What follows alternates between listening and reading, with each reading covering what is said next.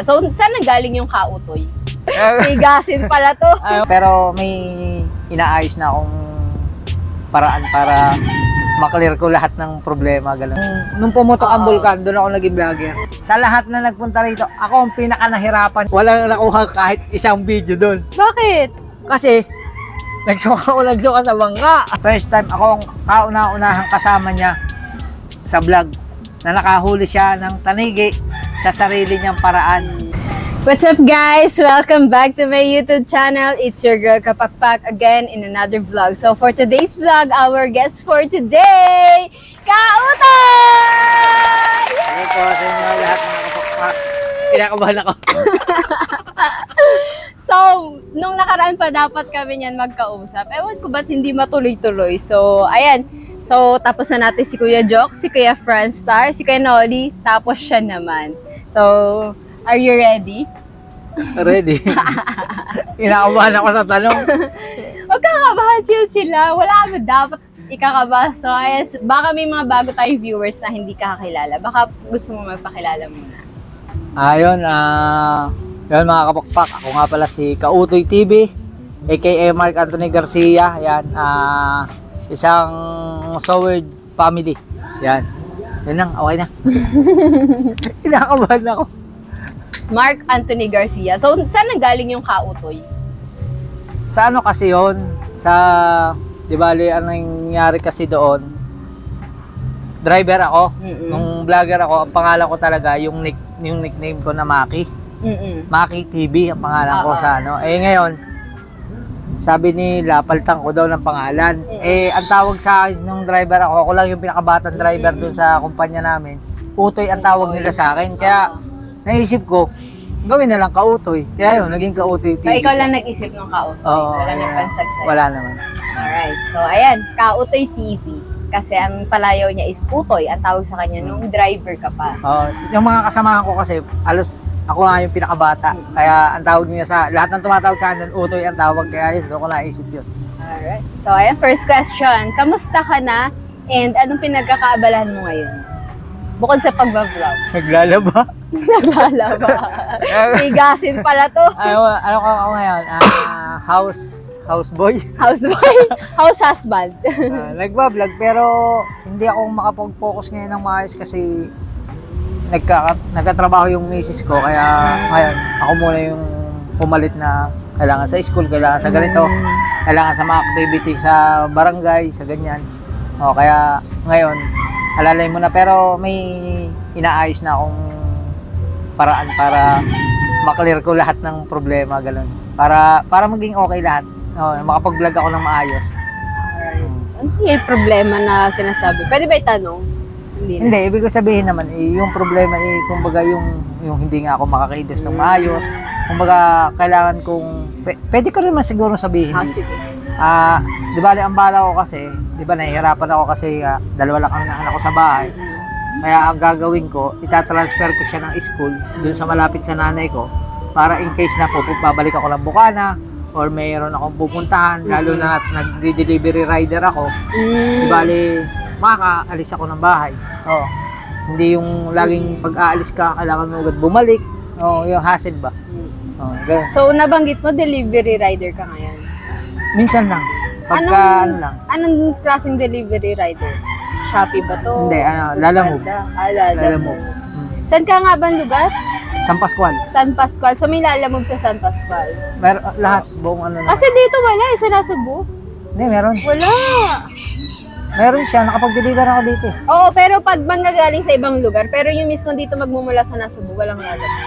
Hindi ko lang din alam. Pero siguro kung sa application, kung gagamit ka ng application, pwede. So, siguro kasi, dati kasi wala eh. So, siguro nga hindi natin sure. So, ayan, si Kautoy pala ay minsan ay delivery rider, tapos ay siya is house husband.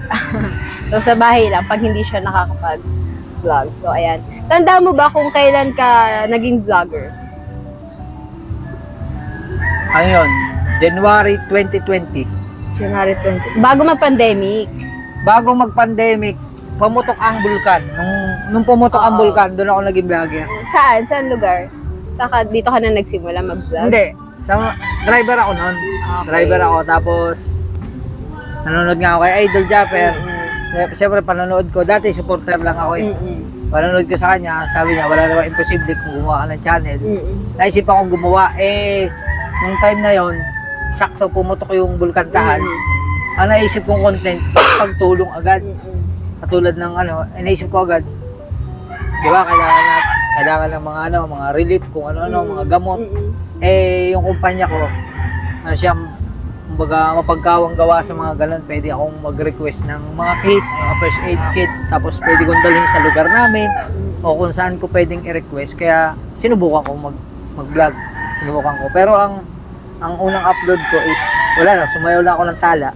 kaya di ba magkasabay yung tala at saka yung taal. Kaya yun lang. So, nagsimula ka mag-vlog no January 2020 kasi ang pandemic nagsimula March So, magkasunod lang yung tanda ko nga pumutok yung taal. Pinapawisan ako. Tapos, pumutok yung taal tapos nag-pandemic. So, dapat pala nagsimula na din ako mag-vlog. Kasi, nung wala pang vlog, nag-donate din ako nung pumutok yung taal dito sa mga evacuees sa BSU dito. So, dyan. So, ayan. Sino inspirasyon mo mag-vlog? Sa Idol. Idol Japper. So, dati pa lang nanonood ka na sa kanya? Facebook pa lang, nanonood na ako sa kanya. Tapos, driver ako sa Maynila, driver din siya. Ngayon, kapapanood ko sa kanya, yung mga lugar na napupuntahan ko, nakikita ko sa vlog niya na pinupuntahan niya rin. Kaya ang ginagawa ko talaga, kumbaga, pagka napanood ko yung vlog niya, tapos nandoon ako sa lugar, hinahanap ko talaga yun, pero hindi pa ako vlogger kasi noon. Kung vlogger na ako, pwede ko siyang videohan. Hinahanap ko talaga siya. Pumunta siya ng Pasig, hinahanap ko siya, pumunta siya sa BGC. Hinahanap ko talaga yan. Kaso lang ngayon pala, pagkakatapos niyang mag-vlog, edit niya pa. Akala ko kasi akala mo real time na nandun parang siya. live siya na, pagka nandun ka, matik, aabutan pa kita, hindi pala. Ganun ang ginagawa ko dati. So, dati pa lang pala idol mo na siya. So, paano kayo nagkakilala ni kay Jeff? Sa Facebook, nagkakilala kami is, hindi dahil sa yung pandemic na dito na, hindi. Nagkakilala po kami ni Idol Japper dahil sa pagka sumusuporta ako sa kanyang mga live, nagpapalaro siya. May mechanic siya sa game, nagpapagame siya ng cellphone load. Ang premyo ay cellphone load. Ngayon, ako ay mahilig ng manood sa kanya. Lagi ako nauubusan ng data. Kaya ang ginawa ko, wala akong pinanonood na vlogger talaga. Siya lang talaga. So, nanonood ka din dahil gusto mo din manalo din sa mga papremyo. Diba ang ginagawa ko habang nanonood ako sa mga video niya, hanggang sa mga ginagawa niyang vlog. Tapos, pinanonood ko rin yung mga live niya hanggang sa nagpapalaro nga siya ng cellphone load. Yan, alam ni Idol Japper yan. Na nakakilala ko siya kasi nanalo ko sa kanyang pa cellphone load. Doon kami sa Facebook. Doon kami nagka-chat, nagka-kwentuhan. Pero chat lang, walang tawag noon, wala. So kailan yung start na nagkakilala talaga kay personally? Yung personal namin, dito na kami nagkita. Pero in front of camera, yung online inuman ng pandemic. Pag umaakyat sa StreamYard, di ba? Alam mo yun, di ba? Dati ginagawa natin yun. Pag umaakyat sa StreamYard, so, inahabol ko talaga. Tapos lahat ng pinasusuportahan niyang vlogger na hindi pa bukana, yung mga pinasusuportahan niya na team, tulad ng mga team dati na Macber, yan. Talagang sinusundan ko, yung sumusunod talaga ako sa kanya hanggang sa, yun nga, na nainganyo na rin akong gumawa ng channel. Tapos nung magkakilala kami, is dito na pandemic na pinapunta niya na ako dito. Sabi niya sa akin is pumunta ka dito, pandemic no. Mahirap pumunta. Ako yata ang sa lahat na nagpunta rito, ako ang pinaka nahirapan kasi. Bakit? Nag-quarantine pa ako 14 days. Saan? Sa amin. Baka parating na ako dito. Quarantine ako 14 days. Tapos pa-swab test ako. Pag swab test ko, siyempre gastos yun. Tapos punta ako dito. Pero vlogger na ako nun. Vlogger na ako. Parang kakamonetize ko pa lang nung time na yun. Tanda ko 3,000 subscriber plus pa lang ako nun. So monetize ka na bago ka napadpad ng Bukana? Oo, monetize ako pero wala pa akong sweldo nun. So pinapunta ka dito ni Kuya Jeff nung pandemic kasi gusto ka niyang tulungan, gusto niyang lumago yung channel mo din. Oo, gusto niya akong tulungan. Ay, boom na siya nun eh. Boom na siya dito sa Bukana nun. Kasi yung nagkita kami is padalawang pandemic na eh. Kumbaga yung una, okay. kasi yung una talaga lockdown, total lockdown kaya wala. Okay. Yung padalawa, nung pwede ka na umalis, talagang grabe. May rapid pass ako. Lahat kumpleto talaga, as in. Oo, hanggang sa nakapasok ako dito. Alam na Atilea kasi isa sa tumulong sa akin. So lahat naman ng hirap na pinag-addaanan mo bago ka makapunta dito, masasabi mo namang sulit? Ay, oo, sulit. Yung palang makita mo yung idol mo, sulit na, wala ka lang aalin. Eh, ano pa yung pasakayin ako sa bangka na hindi wala ako marunong lumangoy. So, ayan, nabanggit mo na lang din naman, kailan yung unang vlog mo yun na na sumama ka sa Laot ni Kuya Jeff? Oo, unang vlog. Unang vlog na nawala. Anong nawala? Paano nawala? Hindi, ewan ko kung alam na viewers yun. Sige nga, kanta mo nga. Kasi matagal na yun eh. Parang 4 years ago na yata. Ano kasi yun? Meron akong cellphone. Ito yung kwento nun. Meron akong cellphone, tapos siyempre magbablog nga eh. Eh yung cellphone ko, madaling malobat. Ngayon, ang ginawa ko, ay nung panahon na yun, wala pang GoPro man. Hindi uso eh. Kasi nasanay ako na kung ano yung ginagamit na idol, gumagamit siya sa bangka ng cellphone. Nagbablog siya sa cellphone, sa bangka. Ang ginawa ko, nanghirap ako ng cellphone. 3 cellphone ang dala ko pumunta rito. Oh. Yung 3 cellphone na yun, lahat yun, nakakuha na ako ng vlog.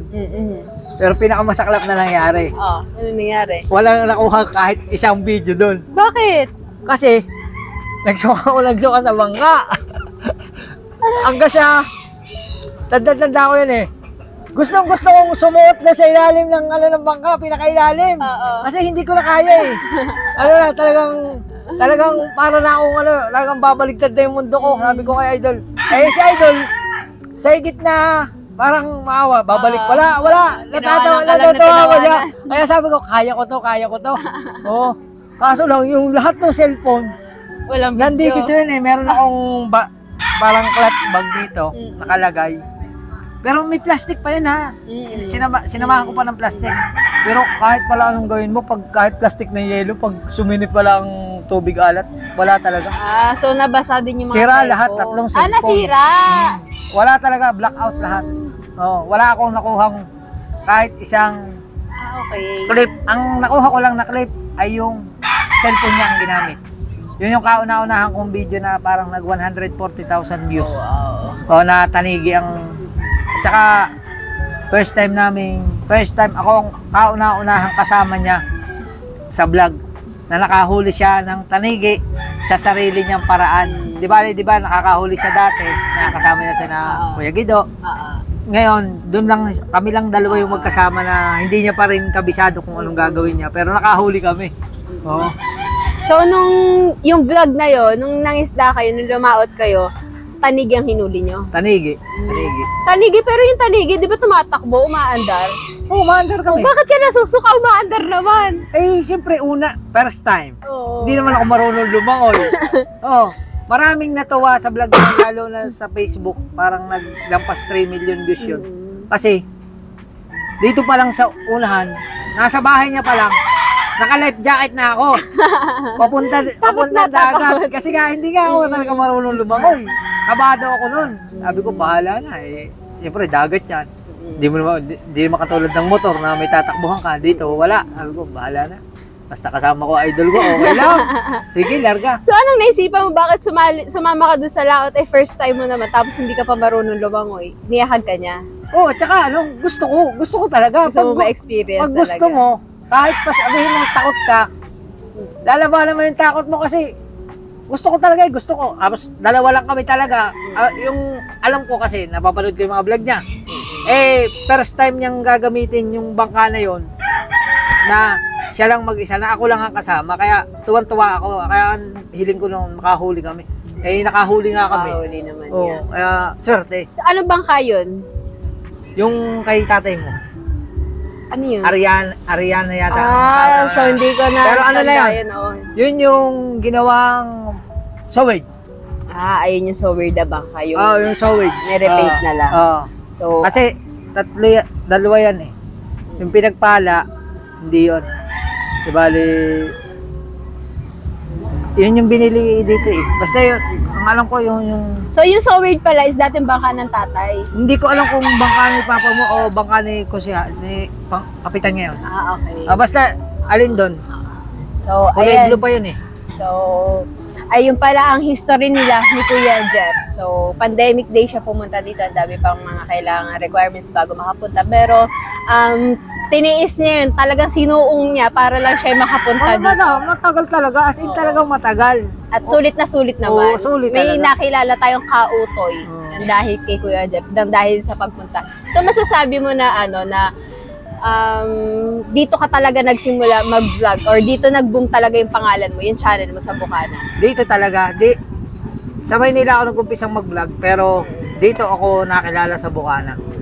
At dito na halos tumakbo yung buong career ng channel ko. So, ayan. Tanda mo pa ba yung una mong sinahod sa YouTube?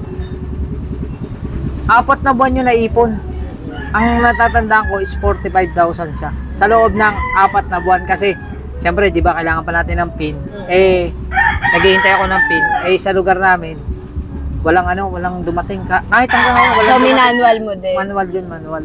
Talagang yun ang mahirap dati. Talaga kailangan mo hintayin yung PIN. Talaga naman dati wala talaga dinideliver. Wala. Parang kahit sa akin matagal din. Kahit Din ng pumunta 4 ka na sa buwan post sa office, wala kang minsan hindi kasi nila alam kung ano yung papel na yon. So ngayon madali na lang yung YouTube. Hindi mo na kailangan hintayin. Magpapasa ka na lang ng ID mo. So pwede na.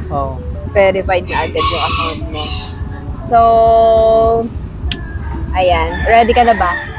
Hindi pa balitan. Hindi pa yun. Patungo pa lang tayo sa exciting part. Chill lang muna. Ready ka na ba? Sige, ready na. May tubig naman din eh. Ito.